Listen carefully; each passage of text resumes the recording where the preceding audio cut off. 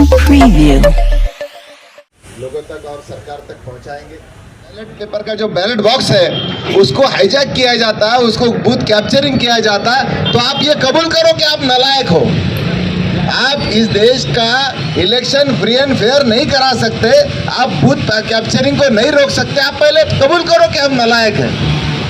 अब booth capturing नहीं होता, अब होता ईवीएम कैप्चरिंग। ये तो बहुत इजी हो गया। बंदूक लेकर नहीं आएंगे, हथियार लेकर नहीं आएंगे, गुंडे लेकर नहीं आएंगे, बस वहीं से बटन दबा के ईवीएम को हाईजैक कर देंगे और बदल देंगे इस देश का मुकद्दर। और इसीलिए यूपी का इलेक्शन ये सबसे बड़ी मिसाल है। 1500 वोट से योगी की सरकार कैसे आ जाती। ये अगर वोट जब तकसीम हो जाते तब उनको बहुत इजी हो जाता ये सब होने का। यहाँ पर कई सारे लोग ईवीएम के खिलाफ बात करके पढ़ाई करके आए हैं और सब अनुभव से सीखे हैं। यहाँ पर कई सारे बुजुर्ग ऐसे हैं कि जिन्होंने कई सारे इलेक्शन देखे हैं इस देश के, और इसलिए फ्री एंड फेयर इलेक्शन क्या होता है ये यहाँ पर बैठे कई सारे बुजुर्गों को मालूम है। मामू यहाँ पर है और मैं एक सभी को गुजारिश करूँगा कि आप आवाज़ उठाएं।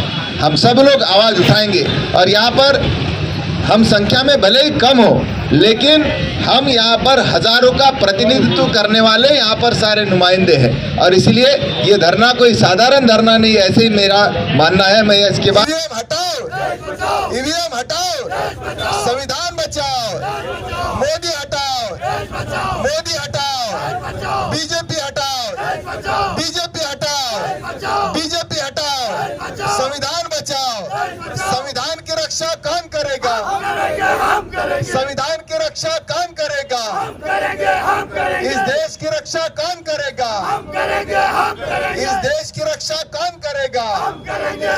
महंगाई बढ़ाने वाली सरकार नहीं चलेगी। हिम्मत को दाद देनी चाहिए जो इस माहौल में बैठकर इस हुकूमत का मुखालिफत कर रहे हैं, जो हुकूमत हर काम पर बारीकी से नजर रखती है और जो काम उसे पसंद नहीं आता वहाँ पर ईडी सीडी और उनके तमाम जो हथियार है उसका इस्तेमाल करते हुए वो सच्चाई की और ईमानदारी की आवाज को दबा रही है। तो ये शुरुआत कम लोगों से है।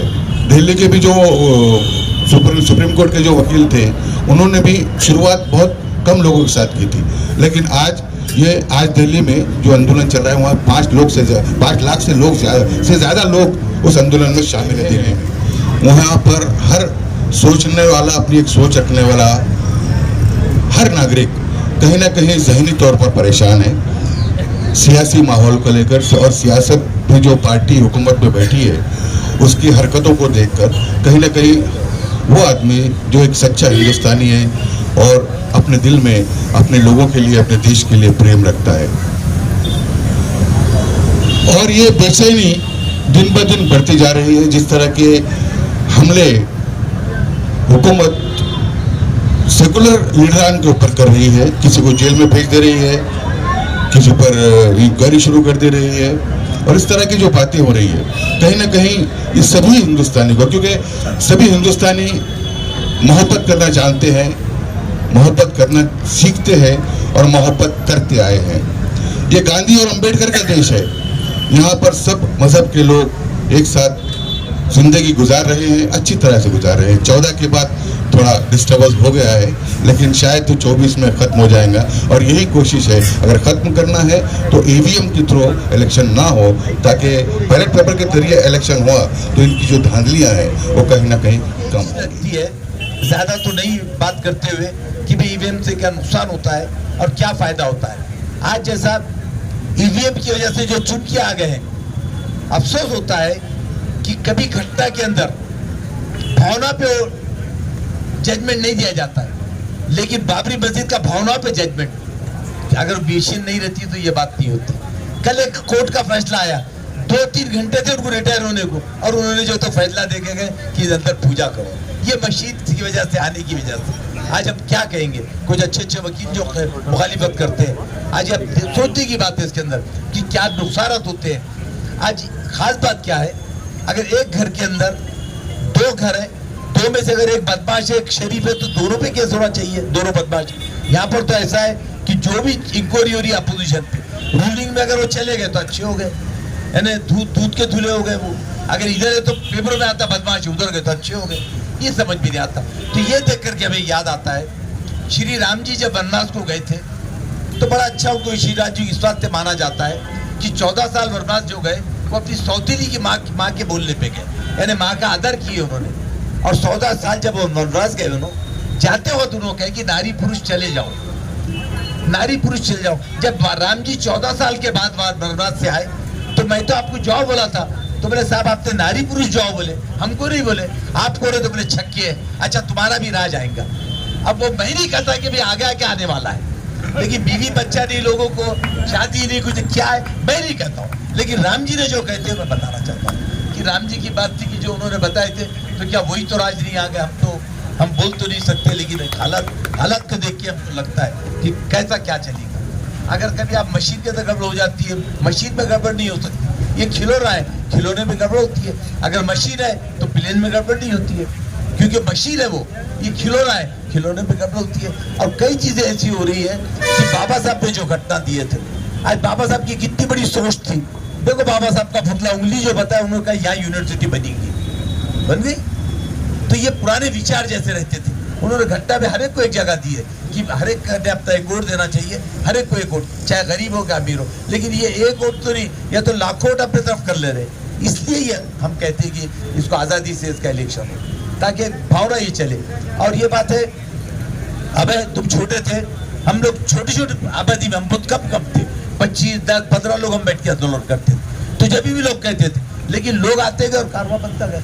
लोग इसलिए जब अपन जगाएंगे तो लोग आएंगे। लेकिन आजकल हमारी मुसीबत क्या है, हम वोटी काय पे करते, विकास का मालूम ही नहीं। जय भवानी जय शिवाजी, नारे तकबीर और जय भीम, इसको लोग विकास समझ रहे, तो क्या करेंगे। यहाँ पर लोगों को मालूम हो गया कि क्या है क्या नहीं करें, लेकिन आज मुश्किल जाती है। और पहली चीज हमारे पास में जब तक कि हम वोट खरीदना बेचना नहीं बनते रही, हम तरक्की नहीं करेंगे। ये भी मैं इनको बताता हूँ, हमारी उनकी कमजोरी मालूम हो गई ना उनको हमारी। हम ये चीज़ें छोड़ते हुए, और अभय साहब ने, यहिया साहब जो शुरू किए, हम तमाम आपके साथ हैं, जो भी चीज़ रहेगा हम आंदोलन में आप लोगों के साथ रहेंगे। लेकिन आजकल के हालात भी कुछ ऐसे जा रहे हैं कि जब इससे ज़्यादा बता नहीं सकते। कहने को तो बहुत कुछ है, लेकिन वो टाइम नहीं है अभी, वक्त पर जब टाइम आएगा तो कहेंगे। इसीलिए इकबाल साहब ने बड़ा अच्छा कहे थे, हिंदुस्तान के अंदर जब लड़े जा रहे थे भारत छोड़ो, तो उनका बड़ा अच्छा शेर था, उठो मेरी दुनिया के गरीबों को जगा दो, उठो मेरी दुनिया के गरीबों को जगा दो, काखे उम्रा के दरो दीवार हला दो, जिस खेत से मैसर नो रोजी उस खेत के होशे गंदम को जला दो। आज जो कम्युनिस्ट पार्टी की तरफ से जो नियम हटाओ देश बचाओ जो प्रोग्राम रखा हुआ है, ये सारे मुल्क में चल रहा है, हर जिले में, शायद हर उसमें चल रहा है, क्यों डॉक्टर साहब, पूरे देश में चल रहा है। और ये इसलिए ज़रूरी है, ये आरएसएस और बीजेपी जो ईएम के ज़रिए पूरे मुल्क पे कब्जा करे हुई है, और अगरचे हम इस पे जागरूकता नहीं लाएंगे, हम इस पे आंदोलन नहीं करेंगे, हम इसके खिलाफ लड़ाई नहीं लड़ेंगे, तो कल ये राष्ट्र हिंदू राष्ट्र की तरफ जा रहा है। बात को ध्यान में रखो, कल ये मनुस्मृति ये पूरे देश में लागू करने वाले हैं। और क्या होने वाला है आपको तो मालूम है, जिस तरीके से पूरे हिंदुस्तान में हिंदू मुसलमान करके जो मुसलमानों का, दलितों का, पिछड़ों का जो तकलीफ दी जा रही है, मंदिर मस्जिद के नाम पे जिस तरीके से काम किया जा रहा है, और जो सत्ता में बैठे हुए हैं उसकी एक ही वजह है कि ईवीएम है। जब तक ये ईवीएम ख़त्म नहीं करेंगे इस मुल्क से, और सारा प्रशासन पे इनका कब्जा है, हर कमीशन पे इनका कब्जा है, और यहाँ तक के कोर्टों पे भी इनका ही कब्जा है। तो आखिर इंसाफ की लड़ाई लड़ने के लिए हमको रोडों पे निकलना पड़ेगा। डॉक्टर साहब, ये हमको इतने लोग जमा होके ये इससे काम चलने वाला नहीं है। इसकी जागरूकता फैलाने हमको हर गली गली, हर मोहल्ले में जाके मीटिंग लेके एक बड़ा आंदोलन करना है। तो इसका मैसेज कहीं ना कहीं कुछ ना कुछ पड़ेगा। तो मेरी आपसे गुजारिश है, आप बोलिए किस तरीके से करना है, आप इसको पहल कीजिए। हमको नौजवानों में अवेयरनेस लाना है, घरों में लाके, और ये बड़ा आंदोलन जब करेंगे इसका कुछ इफेक्ट होगा। इंशाल्लाह हम ज़रूर डॉक्टर साहब के साथ, कम्युनिस्ट पार्टी के साथ हैं, और हमको यहाँ बुलाया, आपका शुक्रिया। जय हिंद, जय महाराष्ट्र। देश में सिर्फ बैलेट पेपर पर इलेक्शन होता, ये अपना एक हिंदुस्तानी ऐसा देश है जहाँ पर ईवीएम मशीन से ये वोटिंग होने के बाद में ये लोग अपने खुद के तरफ में ये पूरा खींच ले रहे। तो अपने को ये ईवीएम से जो है तो वोटिंग मशीन बंद कराना है। और दूसरी सबसे बड़ी बात यह है, गांव-गांव में शोर है और चुनाव आयोग चोर है, ये ऐसा एक नारा पूरे हिंदुस्तान में चल रहा है, लेकिन ये लोग जो है तो इसको काना डोला कर रहे हैं। और दूसरी एक बात है, ईवीएम मशीन ने क्या किया, देश का सत्यानाश किया। ये बहुत बड़ी बात है, ये लोग सब समझ में नहीं आ रहा। ये खाली बस अपने को जो अभी यहाँ औरंगाबाद में ईवीएम मशीन में बता रहे कि ऐसा वोट डाले तो ऐसा जाता, अरे वो ईवीएम मशीन बताओ ना जिसमें वोट किधर से कहा जा रहा, वो ईवीएम मशीन यहाँ नहीं बताते, यहाँ पे ऐसी ईवीएम मशीन बता रहे। और वोट हमारा राज तुम्हारा, ये तो कतई नहीं चलेगा। इसलिए आप लोगों ने, जितने भी लोग हैं, सबने यही मांग करना है कि बैलेट पेपर पे वोटिंग होना चाहिए। अल्लाह हाफिज। ईवीएम हटाओ देश बचाओ, इसकी कोशिश जो चल रही है, तो ये कोशिश ऐसे चंद लोगों के अंदर नहीं होगी, क्यों तो विपक्ष के अंदर बैठ के कई संसद जो 8 साल से कह रहे हैं सरकार को, वो सरकार मानने को तैयार नहीं है। तो इसीलिए इसको सरकार को लाखों के नहीं करोड़ों के तादाद में लोग रोड पे निकलना चाहिए, क्यों तो कम से कम एक 60% लोग जो है तो इंडिया में अपोज में है कि ईवीएम हटाओ बोल तो रहे हैं, मगर रोडों पे नहीं आ रहे। रोड पे आने वाले सिर्फ उसमें से आधा % लोग हैं। आज 70-80 करोड़ लोग जो है तो चाह रहे हैं कि बैलेट पेपर पे होना चाहिए इलेक्शन, मगर वो लोग जो है तो रोड पे नहीं आ रहे। रोड पे नहीं आएंगे तो कहाँ से जमेगा। उसमें से 20% भी लोग आए, वो दौर चले गए हैं कि जो 50,000, 1 लाख, 5 लाख लोग आए तो गवर्नमेंट थर करती थी। आज की गवर्नमेंट इतनी ठर से मस है कि ये लोगों को करोड़ों की तादाद में लोग चाहिए, और ये बहुत बड़ा मसला है, क्यों तो 8 साल से वो लोग समझ नहीं पा रहे। तो इसीलिए लोगों को रोडों पे बहुत बड़े लेवल पे इंडिया से छोटे से गांव, बड़े से बड़े गांव में निकलना चाहिए। और दिल्ली के अंदर भी जो आंदोलन हो रहा है, 5 लाख, 10 लाख लोग नहीं, लाखों करोड़ों की तादाद में होना चाहिए, जब ये गवर्नमेंट के समझ में आएगा। बाकी ये कम लोग निकलेंगे और अपने अपने जाके घरों के ऊपर बातें करेंगे तो जमने वाला नहीं है। ये लीडर लोग आएंगे जाएंगे, ये लोग कितनी मेहनत करेंगे।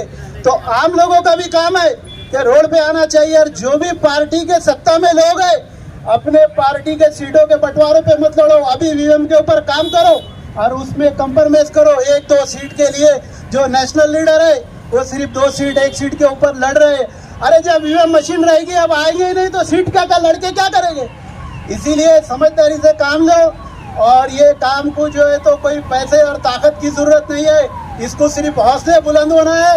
नामुमकिन चीज कुछ भी नहीं है दुनिया में। शुक्रिया। बहुत दिनों से उम्मीद थी कि औरंगाबाद के अंदर संविधान के ताल्लुक से एक प्रोग्राम ऐसा होना चाहिए, सरकार को ये मैसेज चाहिए कि लोकशाही खतरे में है, और आवाम को ये बात समझ में आ गई। और आवाम को ये बात समझ में आ चुकी है। 2014 से लेकर 2024 आ चुका है, और 2024 के इलेक्शन में क्या होने वाला है। अगर ये हाथगाड़ी वाले को, अगर मजदूर को रेखा दे, मैं समझता हूँ गरीब काम करने वाले को अगर पूछे है तो वो कहेगा कि मुझे ईवीएम पे भरोसा नहीं है, ये सरकार ईवीएम के जरिए आई हुई है। हम पढ़े लिखे लोगों के लिए आज के एक सबूत है जो लोकमत के अंदर दी हुई है कि इलेक्ट्रॉनिक कॉरपोरेशन के अंदर भाजपा के 4 मंत्रियों को उसके डायरेक्टर बनाया गया। भारत इलेक्ट्रॉनिक कॉरपोरेशन के अंदर 4 लोगों को, भाजपा के 4 लोगों को, खासदारों को उसके अंदर जो है तो डायरेक्टर बनाया गया। और ये डायरेक्टर बनाना, एक ही पार्टी के लोगों को बनाना, और इस दबाव तंत्र के अंदर जो मिशनरी जो बनने जा रही है, जो ईवीएम जो बनने जा रही है नवी, उसके अंदर मैं समझता हूँ कि जो गड़बड़ी करने की जो चांसेस है वो और ज़्यादा बढ़ गई है।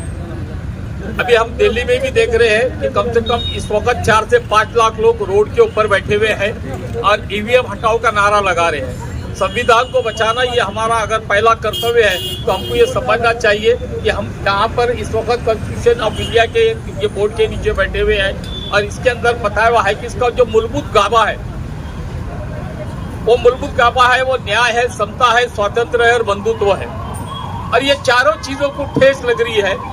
आज अगर देखा जाए तो व्यक्ति स्वातंत्र, जिसको स्वतंत्र बोला जाता है, वो स्वातंत्र, वो आजादी खत्म हो चुकी है। ना हमें बोलने की आजादी है, ना धरने करने की आजादी है, ना कुछ अपनी तरफ से सरकार के खिलाफ बात करने की आजादी है। तो ये संविधान के अंदर की सारी बातें, ये संविधान को खोखला करके थोड़े से पर उस पर आके रुके हुए हैं। अगर ये जंग हमने अब नहीं लड़े तो मैं समझता हूँ कि आने वाले दिनों में हमको पछताना पड़ेगा। तो ये संविधान की जंग जारी रखने के लिए मैं आयोग से गुजारिश करूंगा कि इसको जितना बड़े पैमाने पे हो सकता उतने बड़े पैमाने पे ये जंग करना होगा, हमको रास्ते पे उतरना होगा। और मैं समझता हूँ कि औरंगाबाद के अंदर बहुत जल्दी एक अभी इस वक्त एक टीम आने वाली है इलेक्शन कमीशन की। जिस दिन वो टीम आने वाली है, अगले हफ्ते फरवरी के लास्ट वीक में टीम आ रही है, तो वो टीम जिस दिन आ रही है उस दिन हमारा, मैं समझता हूँ कि बहुत बड़ा धरना और एक सड़क के ऊपर जन आंदोलन खड़े होना चाहिए। इसी के साथ में मैं अपनी बात खत्म करता हूँ। बचाओ धरने आंदोलन भारतीय कम्युनिस्ट पार्टी पक्ष औरंगाबाद, फैसला चाहे जो कुछ भी हो मंजूर होना चाहिए। यही है भाई, फैसला चाहे जो कुछ भी हो मंजूर होना चाहिए, जंग हो या इश्क हो भरपूर होना चाहिए। क्या बात है, तो ये लड़ाई में हम पूरा ताकत से आपके साथ में हैं। और यहाँ पर हमारे नेता रशीद मामू साहब भी आए, हमारे दूसरे नेता अवामी कमेटी के सदर इलियास किरमानी साहब, साबिर भाई, याहिया भाई और अभी सभी हमारे भाई। याहिया भाई, पूरे देश देख रहा है आपने जो आंदोलन छेड़े, पूरे देश में जो चल रहा है, तो जहां पर जो गलत हो रहा है उसके लिए आवाज उठाना ये आज के दौर में बहुत बड़ी बात है। और ये जो कम्युनिस्ट पार्टी ने ये जो आवाज उठाई, मैं उसको मुबारकबाद देता हूं। और सभी धर्म के लोगों ने इसके खिलाफ में आवाज उठाना चाहिए और पूरी ताकत से आवाज उठाना चाहिए, क्योंकि इस देश को जो है तरक्की से रोका जा रहा है। इस देश को जो है हमारे को जो है तो दुनिया के नंबर 1 बनाना है, लेकिन कुछ भ्रष्टाचारी लोग, कुछ ऐसे जो लोग आ गए जो देश में जात, धर्म, मस्जिद, मंदिर, शहरों के नाम के ऊपर राजनीति कर रहे हैं और असली मुद्दों से दूर रखा जा रहा है, डेवलपमेंट से दूर रखा जा रहा है। लोगों को शिक्षा चाहिए, लोगों को नौकरी चाहिए, लोगों को जो है तो खाने पीने की चीजें सस्ती चाहिए और हमारा देश आगे बढ़ना चाहिए। तो ऐसे लोगों को हमारे को जो है तो चुन के लाना है। ये काम जब भी हो सकता है अगर ये ईवीएम अगर बंद हो गए और बैलेट पे अगर सही तरीके से इलेक्शन हुए तो दूध का दूध पानी का पानी हो जाएगा। यही भाई आपने बुलाए और मुझे बोलने का मौका दिए, आपका और सभी आपके पूरी टीम का मैं शुक्रिया अदा करता हूँ। खुदा हाफिज, जय महाराष्ट्र। आज संपूर्ण भारतभर या ईव्हीएमच्या विरोधात आंदोलन सुरू केलेलं आहे। या आंदोलनाला मोठं स्वरूप प्राप्त होण्याची गरज आहे। हे केवळ कम्युनिस्ट पक्षाचं आंदोलन नाही, तर सर्व विरोधी पक्षांनी एकत्रित येऊन याची मांग करण्याची, त्याची मागणी करण्याची आज महत्त्वाची गरज आहे। कारण आपण बघतो की ईव्हीएममुळं अनेक प्रश्न निर्माण झाले, ईव्हीएम हॅक करता येतं, त्यामुळं जगातल्या अनेक राष्ट्रांनी बॅलेट पेपरनुसार मतदान करण्याचं ठरवलेलं आहे आणि त्यानुसार त्या ठिकाणी देखील म्हणजे इव्हन बांगलादेशाने देखील बॅलेट पेपरवर मतदान घेतलेलं आहे। तर हे भारतात का नाही होऊ शकत? तर भारतात त्यांना ईव्हीएमची गरज आहे आणि ईव्हीएमच्या माध्यमातून ते सत्तेवर येतात आणि त्या माध्यमातून त्यांना जातीमध्ये धर्मामध्ये भांडणं लावून त्यांना त्यांचा स्वार्थ साधायचा आहे आणि पुन्हा एकदा मनुस्मृती या ठिकाणी स्थापन करायची। म्हणजे 4 वर्ण जे आहेत त्या 4 वर्णानुसारच जे काही गोळवलकरांनी त्यांनी सांगितलं RSSना, त्यानुसार हे पुढे त्यांना चालवायचं आहे। आणि त्यामुळं सर्व सामाजिक सर्व जनतेनं हा एकट्या कुठल्या पक्षाचा किंवा याचा प्रश्न नाही, कारण आज सर्व लोकांनी एकत्र येऊन या विरुद्ध लढा जर नाही दिला तर संविधान सुद्धा धोक्यात आहे, लोकशाही धोक्यात आहे आणि तुम्ही आम्ही सुद्धा धोक्यात आहोत। फक्त वेळ 2000 आता ही शेवटची संधी आहे, याच्यानंतर पुन्हा संधी नाही। या ठिकाणी आज निर्णय घेऊन सर्वांनी जर या विरोधात आवाज उठवला तरच त्यातून काहीतरी फलित निर्माण होईल। किमान त्यांना सत्तेपासून रोखता आलं तरी भरपूर होईल आणि त्यासाठी सर्वांनी मिळून सर्व पक्षांनी एकत्रित येऊन या ठिकाणी एक मोठं जन आंदोलन उभं करण्याची आवश्यकता आहे, ती सर्वांनी करावी। एवढं बोलून मी या ठिकाणी थांबतो। जय हिंद, जय महाराष्ट्र। आज भारतीय कम्युनिस्ट पार्टी की ओर से देश बचाओ ईवीएम हटाओ के धरना के लिए मौजूद हम सबके बीच में शहर औरंगाबाद के माजी महापौर आदरणीय रशीद खान मामू साहब, माजी नगर सेवक मुमताज़ भाई, माजी नगर सेवक किरमानी साहब, कांग्रेस के ज्येष्ठ नेता हमारे दोस्त, हमारे बड़े भाई अहमद चौर साहब, हमारे खंडारे साहब ज्येष्ठ सोशलिस्ट, हमारे एनसीपी के इरफान भाई, राजा भाई, हमारे साबिर साहब और यहाँ पर मौजूद सभी तमाम बुजुर्गों, पत्रकार भाइयों, दोस्तों, हो चुके हैं फैसले तेरी फना के वास्ते, जागुट अब भी सवेरा बाकी है तेरी रजा के वास्ते। देश आज़ाद हुआ 1947 को और 1950 में इस देश की घटना बनी और घटना में वाज़े तौर पे लिखा हुआ है, आदरणीय भारत रत्न डॉक्टर बाबा साहब अम्बेडकर ने घटना में लिखा है, ये देश जो चलेगा और इस देश के अंदर सभी जात धर्म के लोग जो रहेंगे ये घटना के अनुसार चलेंगे। लेकिन 2014 में मैं ये समझता हूँ ये घटना खत्म कर चुकी गई है, इसलिए मैंने जो शेर बोला हूँ उसमें बहुत बड़ी गहराई है। 2014 के बाद से लेकर 2023 तक का सफर अगर हम देखेंगे तो हर जगह इन्होंने घटना का उल्लंघन किया है, कोई ऐसी जगह बची नहीं है। चाहे किसी भी मामला में ले लो आप, हर जगह घटना का उल्लंघन करते हुए ये देश चला रहे हैं और ये देश आज़ाद कराने के लिए सभी जात धर्मों ने अपने कुर्बानी दी है, उसके बाद जाके ये देश आज़ाद हुआ। लेकिन आज जो देश के इक़्तिदार में बैठे हैं, मैं उनसे सवाल पूछता हूँ, इनके पुरखों ने कितने लोगों ने कुर्बानियाँ दी है? और जो पार्टी आज इक़्तिदार में है और जिनके इशारे पे ये देश चला रहे हैं, तो उनके कार्यालयों पे आज देश का झंडा है क्या? मेरा ये सवाल है। आज ईवीएम के बलबूते पर इन्होंने देश में और देश के कई राज्यों में सत्ता को हासिल किया और ब्यूरोक्रेसी में भी इनके लोग आकर बैठे हैं। तो हम जाए तो किधर जाएं? जुल्म जब जब जालिमों के हिमायत में जाएगा, ये हाल है तो फिर अदालतों में कौन जाएगा? आज कहाँ इंसाफ हमको मिल रहा है? आज हम कहीं पर भी नहीं मिल रहा है हम लोगों को इंसाफ। आज देश के बड़े बड़े सेकुलर लीडर आज जेल की सलाखों के पीछे है।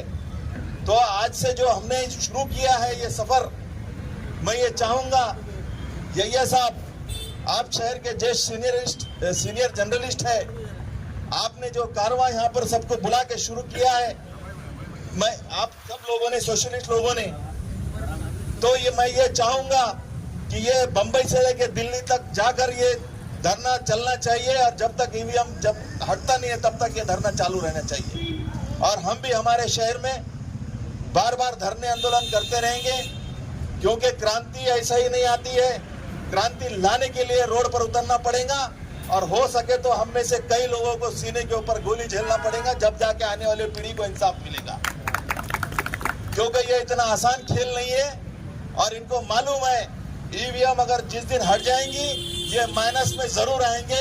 क्योंकि एक एग्जांपल देता हूं मैं, जहां पर भी बाई इलेक्शन होता है, ये जहां पर भी विदाउट ईवीएम इलेक्शन होता है, वहां पर इनके खिलाफ रिजल्ट जाता है और ये सच्चाई है।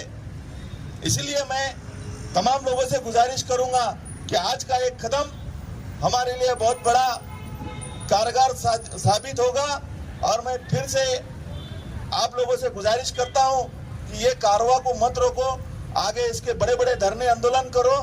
और मैं और एक शेर बोलकर मेरी जगह लेता हूं कि रखा हौसला वो मंजिल भी आएगा, पैसे के पास चल के समंदर भी आएगा और मंजिल भी मिलेगी, मिलने का मजा भी आएगा। पीछे हो जाओ।